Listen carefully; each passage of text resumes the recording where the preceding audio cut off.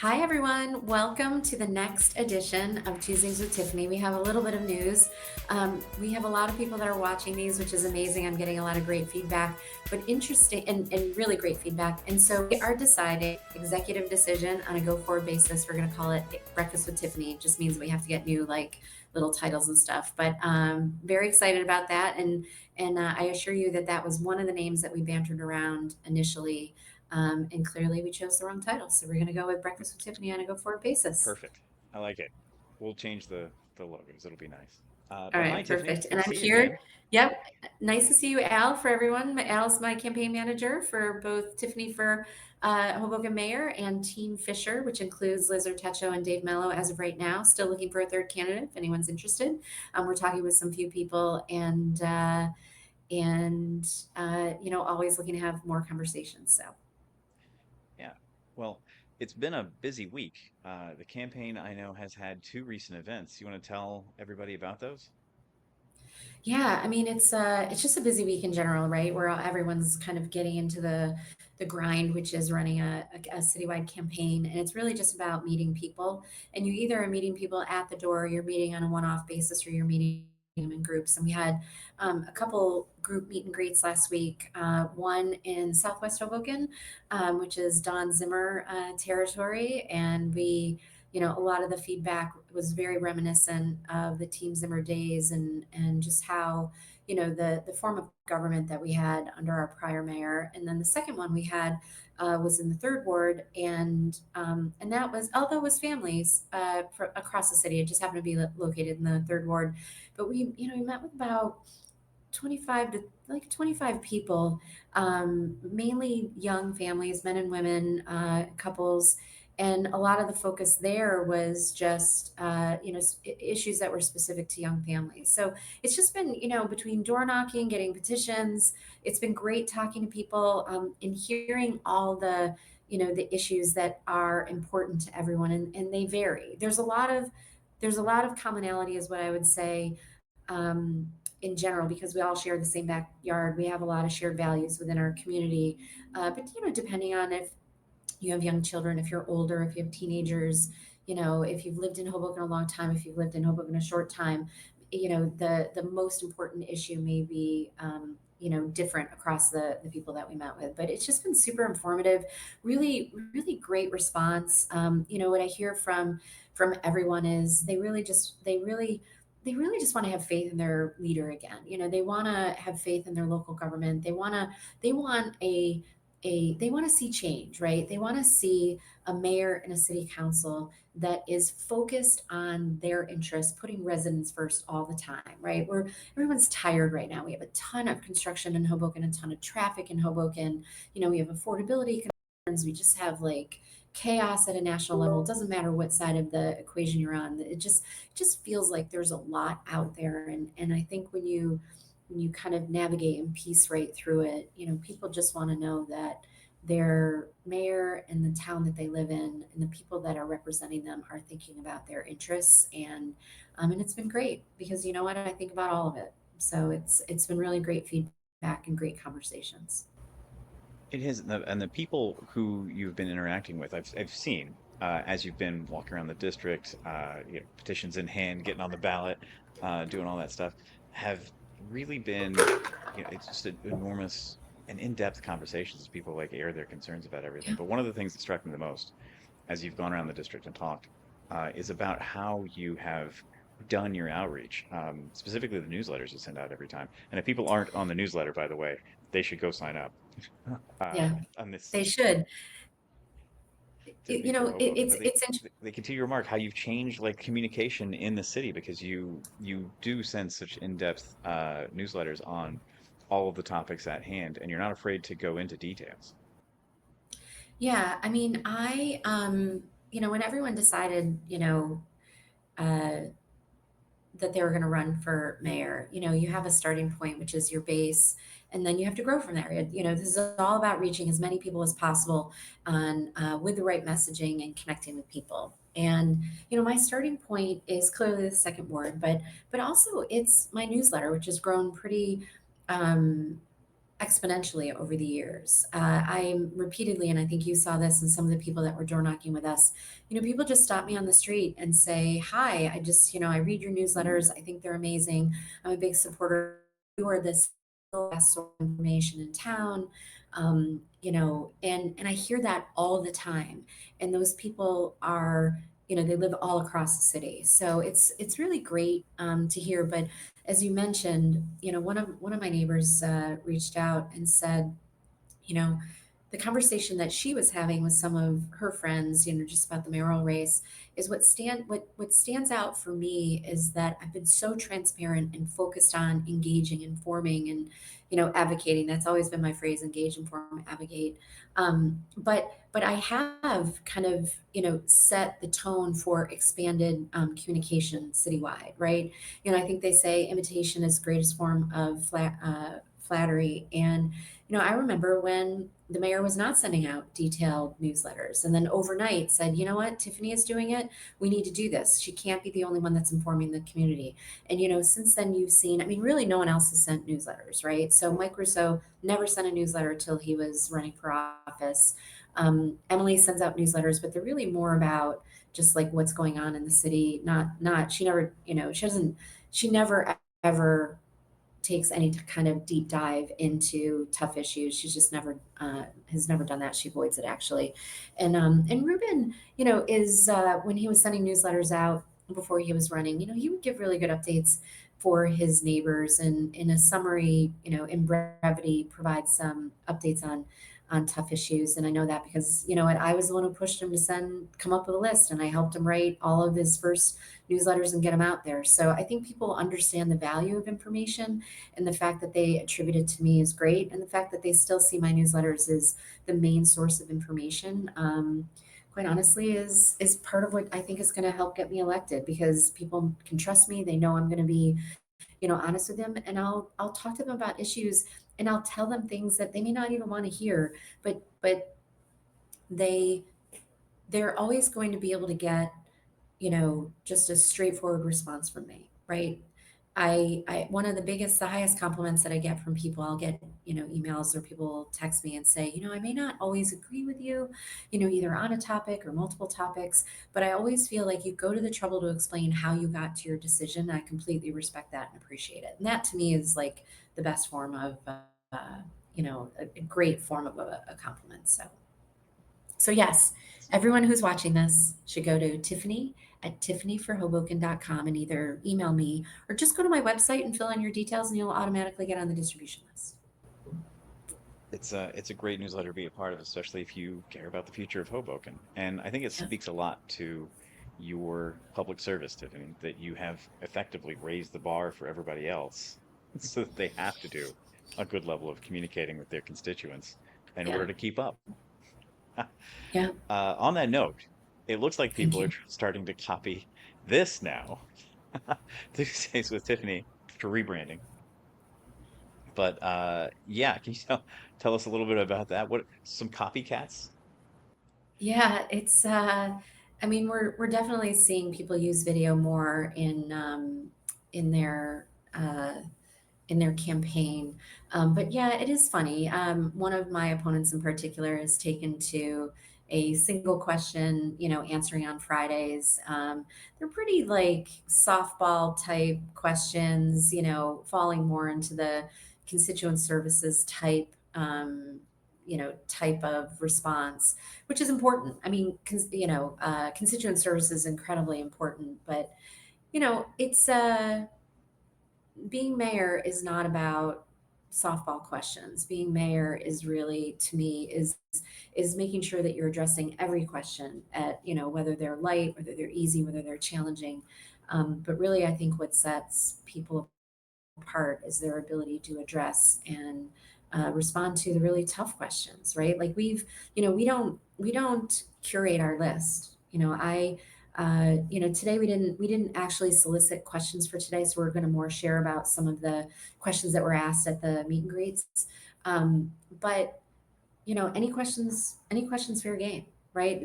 We have a lot of very controversial topics that are, going on around us right now. And if people want to ask me my view, they can absolutely ask me my view on anything. I'm a what you see is what you get, but I will tell you what will separate me from everyone else is I will always answer the tough questions. You may not like the answer, but I will literally always answer the tough questions. And I'll give you an example. This isn't the toughest question, but when we were walking around getting petition signed the other day, two different people, one who is definitely my supporter, and one who I know, and I think I'm not sure where they're gonna fall. They know a couple of the candidates better than they know me. They like me, and you just never know necessarily in those instances. But both of them said very clearly, I want to get rid. Their number one issue or one of their top issues is getting rid of parklets, right? And parklets and streeteries. And what I didn't say to them was, "Oh, definitely, I hear you." And I didn't tell them what they wanted to hear, right? What they wanted to hear at that moment was that as mayor, I was just going to get rid of all the parklets and streeteries. And I didn't tell them that. And you know why I didn't tell them that? Because I did a survey. I did the research when we were, pulling our hair out a little bit with the cleanliness of them.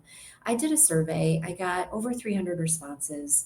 And I asked people, do they want to keep, do they like outdoor dining? Do they want to keep the parklets and streeteries?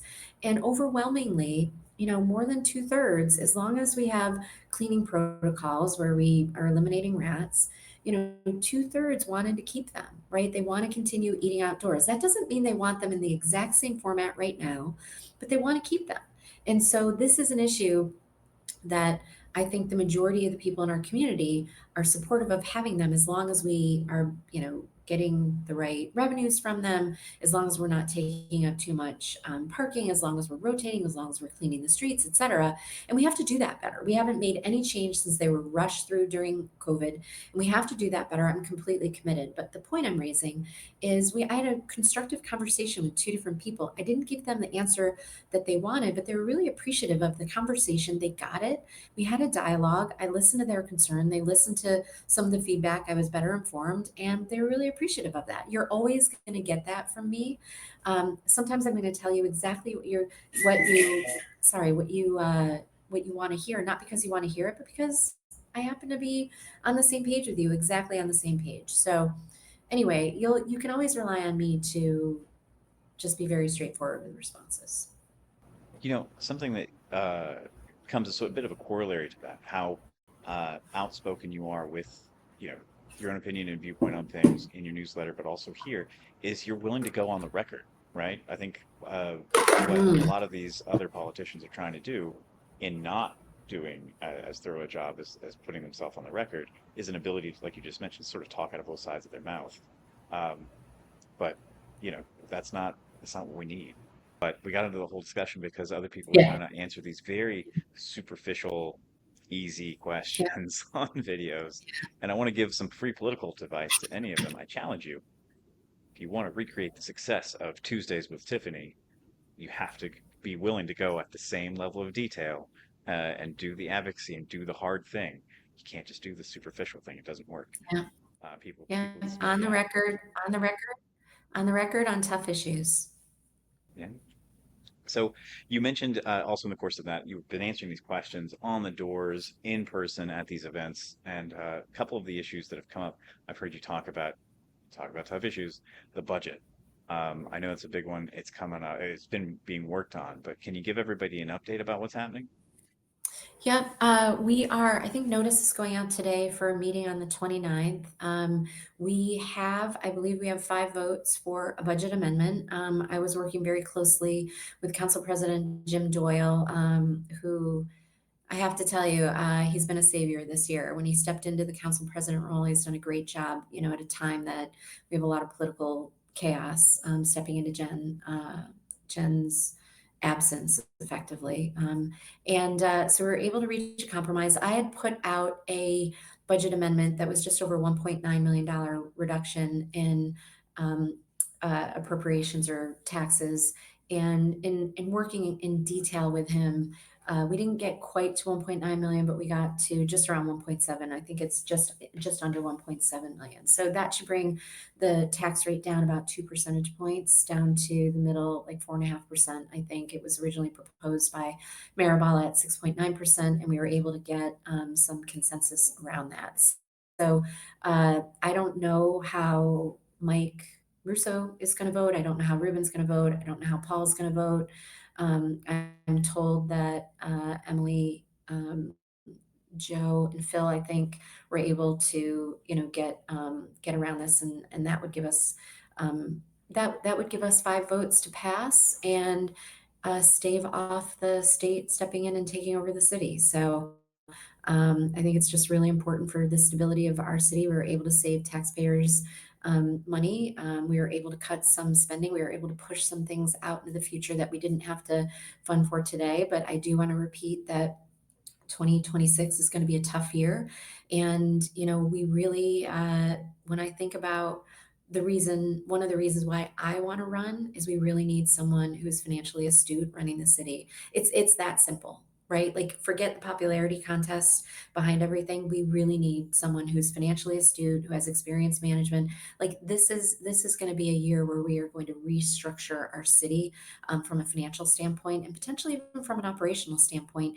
And, this is not for the faint at heart. And this is what I've done. I was a CFO. I have a 20 plus year career in finance. I was an executive. I restructured my most recent role. I was hired to restructure the operations and the capital structure of one of the largest real estate companies, globally. And those types of skills are what we really need right now. Yeah, and the way you've been talking about it, in saying just effectively that next year is the big problem, Hmm. because it's all these like shiny things, these nice things people have Yeah. wanted, and now the bill's coming due. Really makes Yeah. it sound like one of those subprime mortgages that people were falling into, a couple of decades ago.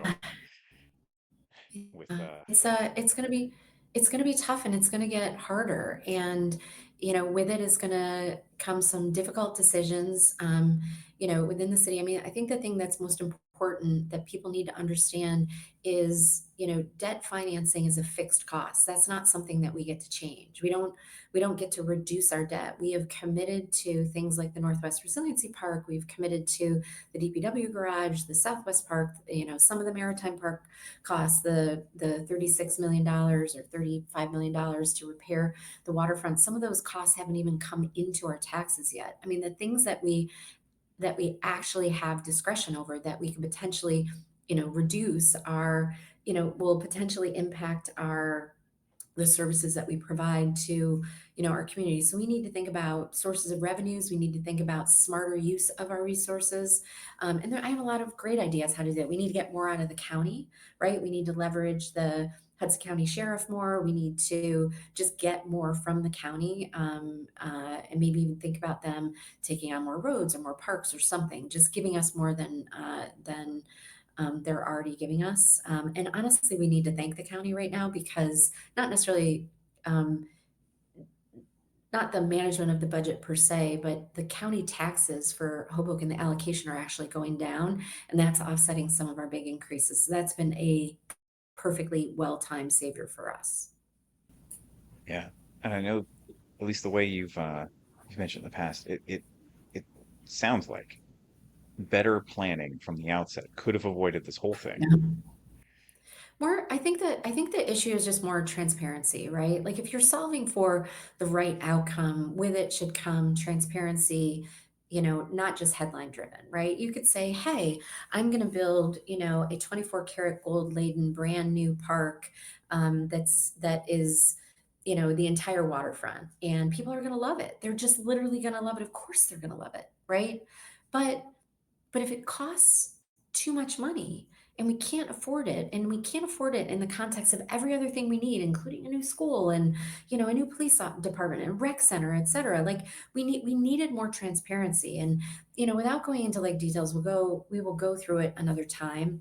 But it's really like, when you run the city like a campaign and you have the votes, when you have the votes in your hand to support your campaign agenda, then we run into an exact situation like this, right? And listen, we're going to get a lot of great things out of it, but now we have to pay for it. Now we need someone that is more focused on affordability and doing what we can to support our residents as we go through a difficult, expensive time for Hoboken.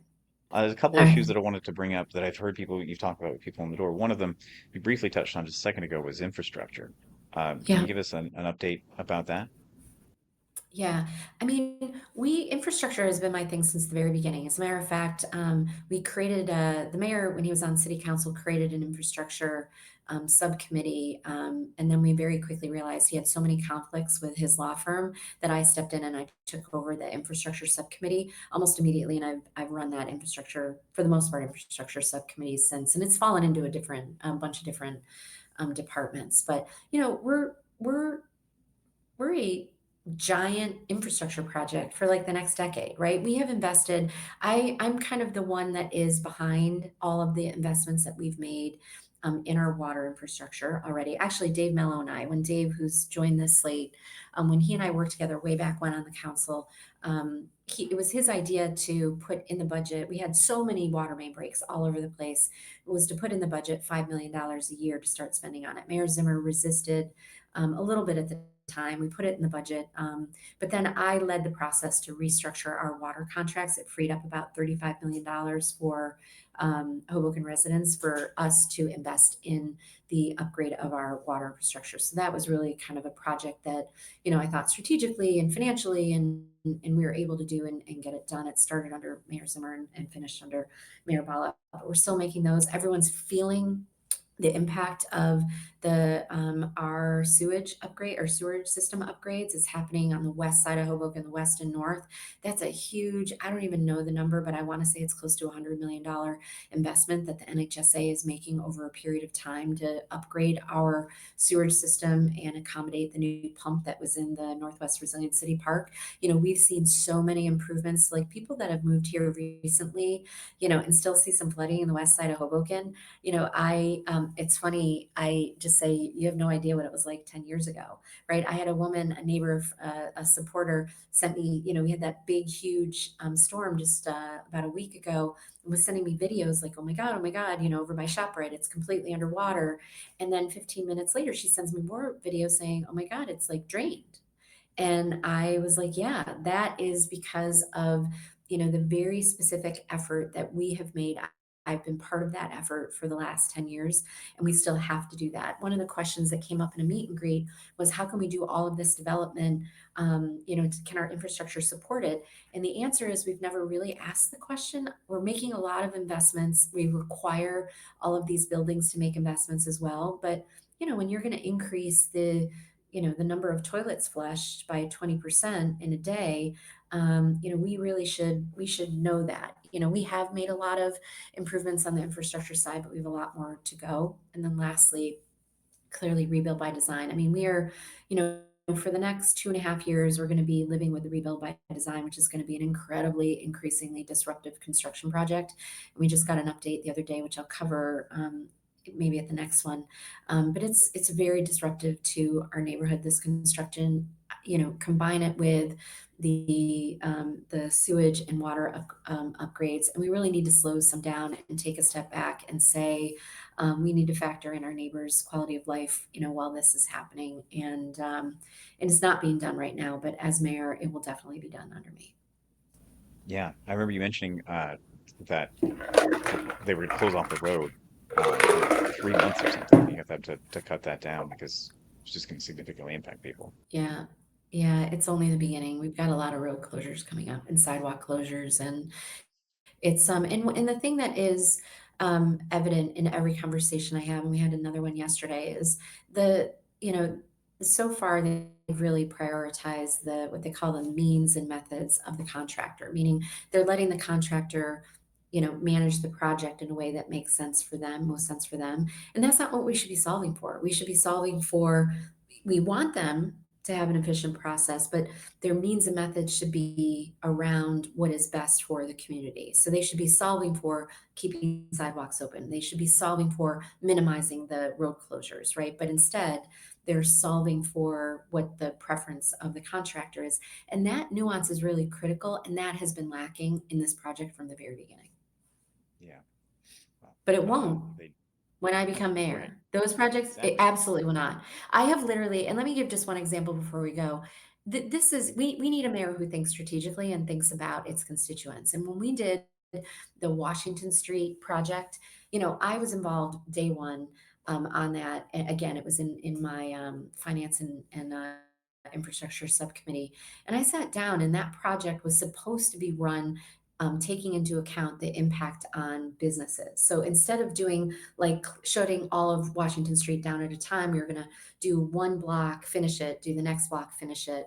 And we talked with them about it, but that's not what happened because it was going to cost too much to manage the project that way. So we immediately went into this multiple blocks closed at one time, little notification given to businesses closed during that because we didn't manage it for their success during the process. And that was something that was important to me, and honestly that led me to form and found the Hoboken Business Alliance because we needed better advocates for our businesses when the city was making decisions locally, and we needed to have the businesses have a seat at the table because it's not just supporting our small businesses, but the businesses are really the fabric of our community, and they're an amenity for our community. When we see businesses that we've relied on for a long time closing because of something that we're doing with a large project, that's just not acceptable. Like we have Hoboken Beer and Soda in Southwest Hoboken right now. They're being dramatically impacted when Jersey Avenue is closed. That's not acceptable. A short-term project can put one of our 50-year-old businesses out of business. Like we have to do better. We can do better. We can do better if we're more strategic and thoughtful about it day one. And we have a mayor who's invested in the process and who is going to make sure that we are thinking about the impact on our community throughout the process. And I will tell you, if people are looking to vote for a mayor, their single issue should be this specific issue. And I will tell you that none of the other mayoral candidates have the experience or interest in running the city like that at all. So Um, Not to complete transition of topic here, because you're right, you've got my vote. Uh, it's the affordability issue in Hoboken. There's people move in, you mentioned families, um, but like keeping them in Hoboken, right? Can you speak to that? yeah, yeah. It's this is really probably the toughest issue our city is facing both today and on a long-term basis. We have the ability to do more. Safety is always the most important issue, and we have the ability to do more and better around safety where people are, get back to feeling safe both on our streets, in our parks and our open space. And that's my number one commitment we need to make Hoboken have a culture of safety across the board that we don't currently have. But affordability is more of a longer term issue. And that, we're a victim of our own doing, right? We've made Hoboken the most desirable place to live. And, because we're in the shadow of New York City, the demand to live in Hoboken significantly exceeds the supply of housing. And as a result, housing prices go up, right? And whether that's rents go up, whether that, is just the price of properties if you're buying a unit, they go up, and we just, it's an issue. It's an issue for people at all income levels. We met with this, we had a meet and greet with young families the other day, and these are families that had, 2 to 3 kids, and they live in 2 bedrooms right now. Right. And maybe if you happen to have 2 little girls or 2 little boys, like as they age, into high school, maybe they can continue, sharing a room for a longer period of time. But, as soon as you have a boy and a girl, at some point, you probably want to have different, bedrooms for them. And then you start looking for a 3 bedroom. And we just have very few 3 bedrooms in Hoboken. And you know what? I met with a developer the other day, and I was talking with them about it. I was like, how do we get you to build more 3 bedrooms? And they said that to some degree, it's outside of their it's not entirely within their control because their sources of funding want to see the most profitable development, and the most profitable development is having just smaller units, having micro units, having studios, one bedrooms, and that's more of a preference. So I do think that there's more to do here, where we have to go back and look at zoning and giving some sort of, in I don't know if it's incentives or just even changing the zoning to require a certain percentage be, larger units, 2 and 3 bedroom. And I don't mean by square footage, I mean by, bedroom, while at the same time making sure that we're serving the needs of people that aren't families, right? We have plenty of single people, we have young people, we have seniors that live on their own. Um, and, it's a tough issue because the more desirable we get, the greater pressure we have on pricing, and we're only going in that direction. Really, kind of the last bastion of what keeps us, or what has kept us from prices going up logarithmically, is people's confidence in our local public schools, right? And we've seen that confidence go up dramatically in the last few years, and people are moving to Hoboken to go to our district schools in a way that we hadn't seen for a long time. So suddenly when you have, the perception of great free public schools, and we have this amazing urban village, and we have all of the other great things that make Hoboken so desirable, this crazy superpower, our sense of community, and the feeling of having a shared, we all share a backyard, and safety. Like I think in general we're a safe community, notwithstanding the feeling seems that people feel like it's been a little more unsafe than it's ever been. But like that combination, people want to move here. And when demand exceeds supply, it's that simple. Prices go up. So it's a tough issue, but it's one that, I think we can do more, that we can do more, and we can do more on, the pricing, not the pricing, but like the tax side of it, and doing what we can to make sure that we're getting all the services we can from our taxes. Yeah.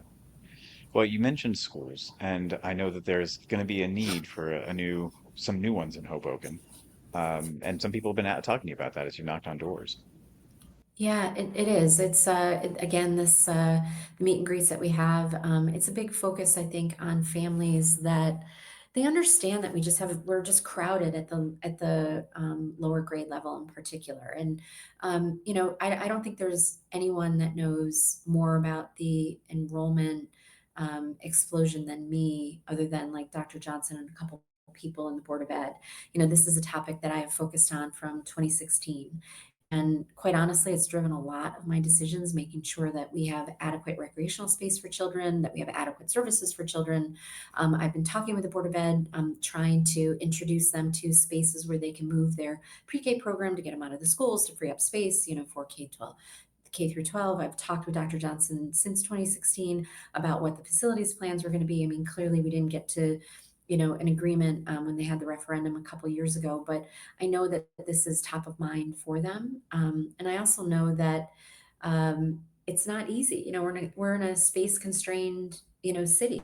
Like, to me, one of our top issues is we're just running out of space, and we need to put the brakes. We need to put the brakes on every project that is not required right now. Like Garage B is a great example, and I can talk more about this another time. But Garage B, although yes, wouldn't it be great to build a bunch of workforce housing? I buy into the need for workforce housing, which is effectively housing for kind of the more middle class, moderate priced housing in Hoboken that we really are losing, right? We build a lot of affordable housing, we're building luxury, but kind of that moderate price for the average middle class, slightly higher than middle class. We just don't have a lot of it anymore.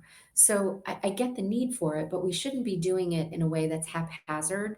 We shouldn't be doing it in a way where we're giving, a project to a developer that has no experience. And we really need to take a step back and look at all of the needs in our community, right? Is this the best way to get, moderate price housing, or do we need to make sure we're building a school first? How do we preserve parking, or not preserve parking, but how do we maintain the services for everyone in the city? How do we get a new police department? Like, we have a finite amount of space left, and we have to solve all of our issues within the finite amount of space. I met with an architect the other day, and he just said, Tiffany, if you're willing to sit down and say, here are the needs within our community, I will bring every developer in, and we're going to solve all of the needs. He said, I've been asking to do that for 15 years. We've not been able to do it. And if you're the person, like, I'm all in, I'm supportive, we're going to get this done. And it was music to my ears. That's what we need. How We need great a is that? strategic approach to finalizing the city's needs. We don't do this on a one-off basis driven by developers' interests. We need to marry the developers' interests with the city's interest, and having someone lead on that is amazing. And I will tell you, you know, all of the other candidates don't think like that. Speaking of some of your competitors, I know it's an issue that came up Yeah, also at a house party is corruption in Hoboken and how that yeah. has changed and evolved. I was wondering if you could talk about that maybe for a minute. Yeah, I mean, this was a Southwest Hoboken meet and greet, and this is Don Zimmer country, right? I think there's a general belief that Don Zimmer returned integrity to City Hall. I will tell you that I met with a bunch of restaurant owners way back in 2017, and they said they were super frustrated with Washington Street and the disruption to their business and everything. When we got on, and they were angry at Mayor Zimmer about that, but they pivoted very quickly and said, you know what? As soon as Don Zimmer became mayor, we no longer had any kind of like shakedowns or anything, right? And Dawn just ran the city from a policy standpoint. She was a policy wonk. She had her agenda. Her agenda was environmental, was resiliency, the environment, open space, and those are all good things. I mean, we are permanently better because of all of her ideas, investments, initiatives, many of which Mayor Bala has continued. I give him all the credit in the world for the resiliency, continued resiliency investments that he's made, throughout his 8 years. Um, but you know what? People don't want transactional politics. They don't want to go backwards, right? They don't want to go back to a time when insiders and special interests were getting um, preferred status on things. They don't want to go back to a time when we're giving away the assets of the city for the benefit of their friends and not and at the expense of the city. They don't want to go back to a time when they were just wasting taxpayer dollars. And when I say, let me rephrase that, it's not going back to a time. We've had that under this mayor for the last 8 years, literally for the last 8 years. He's run the city like a campaign. He's given away city assets. He's put taxpayer dollars at risk time and time and time again. And this group of people is tired of it. They're tired of that. It's reminiscent of the time before Mayor Zimmer. What this group of people wanted is they wanted the integrity back in City Hall. They want a policy driven leader. They want change. They want to remove crappy politics, from our leadership. And I just said, I'm the only one that's going to be able to deliver that. So That's I'm great. ready. And I Day one. It's good, good. I have to tell you, as we close out here, I wanted to mention that it is truly inspiring to watch the volunteers who come together in the last couple of weeks to support you and the campaign. They see the energy happening, and I feel like there's a real movement, and you can see it in the numbers too. The fundraising numbers came out just recently. Congratulations, Tiffany, being the top fundraiser amongst the mayoral candidates. Um, how's that? Can you speak to like the energy and excitement around the movement we're putting Yeah. together? Yeah. No, listen, when we were kind of closing out the quarter, I did a last minute push to raise $10,000 over 3 days, and we got to 15,000. I mean, people just they came out. They want change. They love the message. I do want to clarify one thing. The I was the top fundraiser for the quarter, and what I would call organic fundraising. Councilman Jabor. Put in $150,000 of her own money, which is a huge number. And if you look at the total receipts, her number is higher because of that. I have put in 10,000 more in this last quarter, just because I continue to be supportive of it, and I will support my campaign. But what was amazing really was the feedback we got from people. We raised about $81,000 from people in 3 short months. And remember that I haven't been fundraising. right? I haven't been fundraising for the last 2 years like Ruben did, like Emily did, like Mike Russo's been fundraising for 5 years, right? And just bringing in a bunch of money from developers. I mean, I really only started fundraising in March, and I feel really great about what we've done and the support that we have. We still need a lot more. So if anyone wants to donate, they can go to the easiest way to do it is go to either one of my websites, tiffanyforhoboken.com. And it's really the pennies that make the dollars, or you can find me, Tiffany for Mayor on Venmo. That was a huge, huge success rolling out Venmo. It was the easiest way for people to donate, and we had a crazy amount of donations on Venmo. So yeah, it's been great, and the feeling is great, and I just feel really confident, going into this. It's it's a lot of hard work, and we have, gosh, I think just mine, I think we have close to, 80 volunteers that are helping, whether it's parties, door knocking, etc. That's just mine. Dave has his whole list that's helping as well. Liz has her whole list that's helping as well. They're not, I mean, we have separate lists, but they all are supporting all three of us. So it just feels really good. People want to be involved. We had a envelope stuffing party yesterday, and or not yesterday, 2 days ago, Sunday morning. And we had 15 people from 9 to 11 on a Sunday morning. And we got That's through great. 1,200 mailings. We put those in the mail yesterday. We had to get stamps. We didn't have them. A couple people came and helped put stamps on them, which doesn't take very long. And we got them in the mail yesterday. We have another 1,800 to go. We have more people coming. It's good. It feels really, really good. And I think at the crux of it is people are excited. They want change. They really want change. They don't want the status quo anymore. They don't want to go backwards in time. They don't want the current status quo. They want change. And when you look at kind of across the choices, I think I really fall into that. I'm kind of the one that stands out in that category. It's been great. I think so. Well, that's all the time we have for today. Well, thank you again, Great. Tiffany, for joining us. People can go to find you, Yep. tiffanyforhoboken.com. It's right there on the screen. And we'll be back here next week with the rebranded Breakfast with Tiffany.